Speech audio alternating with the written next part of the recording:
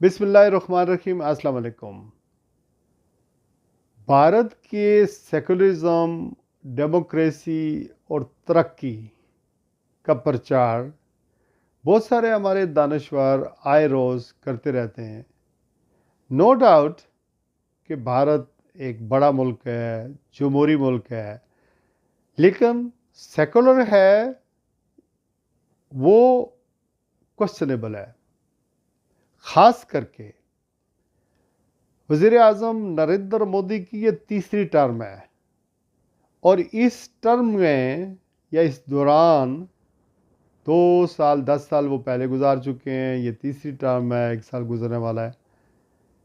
انہوں نے جو بھارتی مسلمان ہیں ان کو سیاسی طور پر کتنا نقصان پہنچایا، معاشی طور پر کتنا نقصان پہنچایا، اور ان کی جو بڑھتی ہوئی اکثریت ہے مسلمانوں کی، اس کو دبانے کے لیے، کرٹیل کرنے کے لیے، انہیں پسماندہ رکھنے کے لیے کون سے اقدامات بھارت کر رہا ہے، یہ میں آپ کو آج سمجھانے کی کوشش کروں گا۔ اور ستم ظریفی یہ ہے کہ 57 اسلامی ملک، OIC، پاکستان، عرب ممالک، کوئی بھی ایسا ملک نہیں ہے جو بھارت کی حکومت کو یہ کہے کہ مسلمانوں کے ساتھ اس طرح کا امتیازی سلوک کیوں کیا جا رہا ہے۔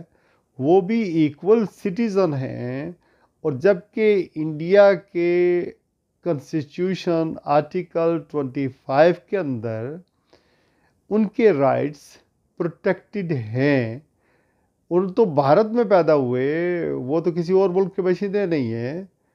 اگر ان کے سارے رائٹس پروٹیکٹڈ ہیں تو انہیں وہ رائٹس کیوں نہیں مل رہے ہیں؟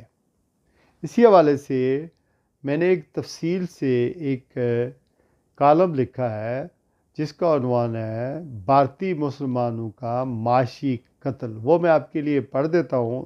بھارت میں ہندو انتہا پسند دائیں بازو کی تنظیموں کی جانب سے مسلمانوں کے خلاف پچھلے کچھ سالوں سے مہم چل رہی ہے، جس کی باقاعدہ سرپرستی مبینہ طور پر حکمران جماعت بھارتیہ جنتا پارٹی کر رہی ہے۔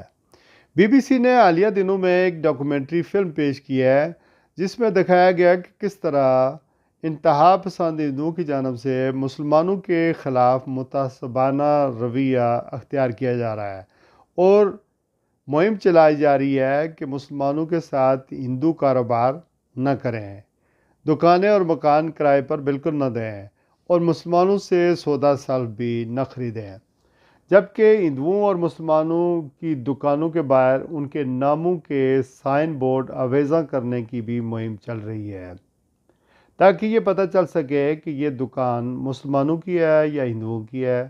پچھلے کچھ سالوں سے سوشل میڈیا پر مسلسل اس کی تشہیر بھی کی جا رہی ہے۔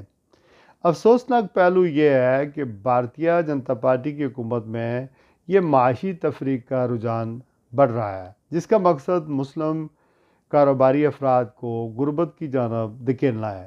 دکانوں پر مالک کا نام ظاہر کرنے کی پالیسی اور مسلمانوں کے خلاف صفائی سے متعلق بے بنیاد الزامات نے ان کے کاروبار کو شدید نقصان پہنچایا ہے۔ یعنی یہ مہم چل رہی ہے کہ مسلمان جب اپنی چیزیں بیچتے ہیں ہندوؤں کو تو وہ پیشاب کر دیتے ہیں، اور پھر جو گائے ہے اس کا گوشت ملا دیتے ہیں بیچ میں۔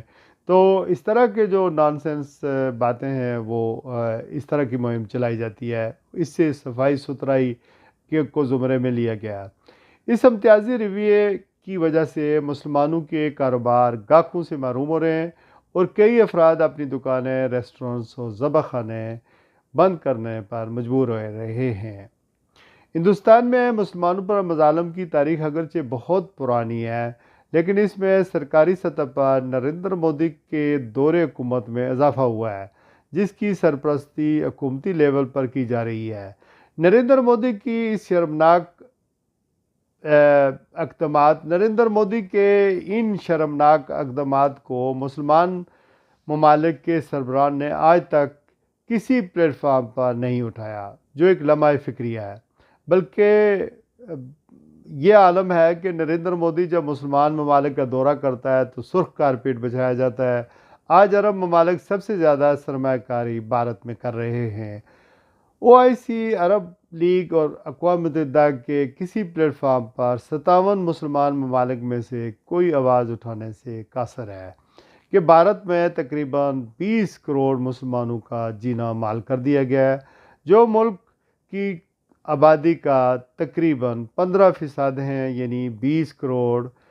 اس وقت یہ پروپیگنڈا کیا جا رہا ہے کہ مسلمان سب سے زیادہ بچے پیدا کر رہے ہیں، اور آبادی میں اگر اسی طرز پر اسی طرح اضافہ ہوتا رہا تو 2050 تک مسلمانوں کی آبادی 35% ہو جائے گی، جس سے اکثریتی ہندو بھارت کو خطرہ لاحق ہو سکتا ہے۔ یعنی آبادی چونکہ بڑھ رہی ہے، بچے زیادہ پیدا کر رہے ہیں، اور اس سے آبادی جو ہے وہ 35 کروڑ ہو جائے گی، جو تناسب ہے وہ بھی 35% ہو جائے گا، تو وہ جابز کے حوالے سے، سیاست اور دوسرے معاملات میں وہ مسلمان ہندوؤں کے ہم پلہ ہو جائیں گے۔ اسی طرح بھارتی مسلمانوں کے خلاف مہم جوئی کا دائرہ کار وسیع کیا گیا ہے، جو کئی سطحوں پر چل رہا ہے، جس میں سیاسی، سماجی اور معاشی عوامل شامل ہیں۔ بھارتیہ جنتا پارٹی اور اس کی حامی تنظیموں ہندو قوم پرستی کو بڑی تیزی سے فروغ دے رہی ہیں، جس میں مسلمانوں کو دوسرا بنا کر پیش کیا جاتا ہے۔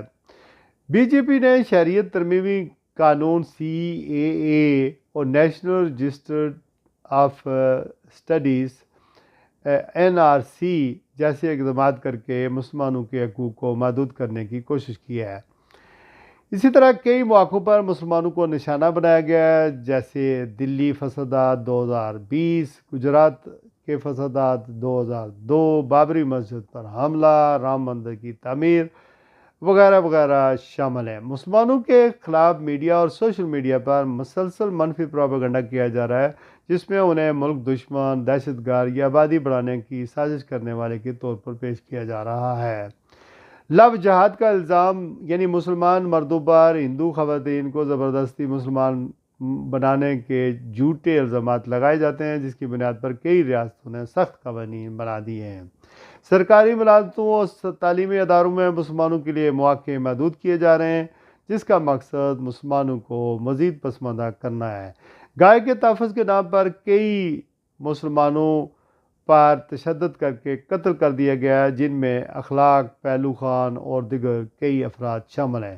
اقوام متحدہ اور انسانی حقوق کی تنظیمیں، امنسٹی انٹرنیشنل، ہیومن رائٹس واچ اور دیگر ادارے بھارت میں مسلمانوں کے ساتھ ہونے والے مظالم پر آواز اٹھا چکے ہیں، مگر بھارتی حکومت اکثر انہیں داخلی معاملات میں مداخلت کہہ کر مسترد کر دیتی ہے۔ کئی اسلامی ممالک بھارت کے ساتھ تجارتی تعلقات کی وجہ سے کھل کر مذمت کرنے سے گریزاں ہیں، جبکہ پاکستان کی موجودہ حکومت شامل جماعتیں بھی نریندر مودی کے خلاف اور مسلمانوں کے حق میں کسی قسم کی آواز اٹھانے سے گریزاں ہیں۔ بھارتی مسلمانوں کو ایک منظم مہم کے ذریعے حاشیے پر دھکیلا جا رہا ہے۔ یہ مسئلہ صرف بھارت کا نہیں بلکہ عالمی انسانی حقوق کا بھی ہے، جس پر عالمی برادری کو سنجیدگی سے غور کرنا ہوگا اور مسلمان ملکوں کو اس پر آواز اٹھانی چاہیے۔ یہ تھی بھارتی مسلمانوں کی حالت زار، اور ان کو کس طرح بائی ڈیزائن پیچھے دھکیلا جا رہا ہے تاکہ وہ ترقی نہ کر سکیں۔ لیکن یہ بات بھی ماننی پڑے گی کہ بہت سارے جو اکثریتی انڈیا ہے اس میں ایسی چیزیں نہیں ہیں، اور لا بھی پروٹیکٹ کرتا ہے، لیکن کس طرح اس پر عمل درآمد ہوتا ہے یہ آپ کو میں نے بتا دیا۔ ایک پازیٹیو بات جو میں بتانا چاہ رہا ہوں وہ یہ ہے کہ انڈیا کے ایک سابق جج ہیں، آپ ان کا نام جانتے ہوں گے، ان کا نام ہے مارکنڈے کاجو۔ تو انہوں نے ابھی رمضان المبارک کا جو روزہ ہے وہ رکھا ہے تاکہ مسلمانوں کے ساتھ یکجہتی کی جائے، اور انہوں نے ایک ٹویٹ میں کہا ہے کہ پچھلے 30 سالوں سے مسلمانوں کے ساتھ اظہار یکجہتی کرنے کے لیے وہ رمضان المبارک کا آخری جو جمعہ ہوتا ہے، جسے جمعۃ الوداع کہتے ہیں، وہ روزہ رکھتے ہیں، اور بھارتی غیر مسلموں کو یا دنیا میں جہاں بھی غیر مسلمان ان کو فالو کرتے ہیں انہوں نے تنبیہ کی ہے، تلقین کی ہے، ایڈوائز کیا ہے، مشورہ دیا ہے کہ وہ بھی مسلمان بہن بھائیوں کے ساتھ اظہار یکجہتی کے لیے روزہ رکھیں اور صبح سے شام تک کھانا پینے سے پرہیز کریں، تاکہ آپ کو احساس ہو سکے کہ مسلمان کس طرح کی سختی جھیلتے ہیں اور اس کے مقاصد کیا ہیں۔ تو یہ ایک اچھی خبر ایٹ دی اینڈ ہے۔ اور پھر خاص کر کے اگر یو کے یورپ کی بات کریں تو یہاں یا امریکہ کی بات کریں تو مسلمان اور ہندو یہاں ہارمونی میں رہتے ہیں، اور یہ بات کہنا کہ سارے ہندو غلط ہیں، متعصب ہیں، بالکل ایسی بات نہیں ہے۔ جو لوگ اس طرح کے ایجنڈے پر ہیں وہ ان کی تعداد تھوڑی ہی ہوتی ہے، لیکن سرکاری سطح پر بھارتی جنتا پارٹی پر یہ الزام اور نریندر مودی پر یہ الزام جو ہے وہ بار بار لگتا ہے، اور یہ درست بھی ہے، اور اس کی تصدیق بی بی سی کی اس فلم نے بھی کیا ہے۔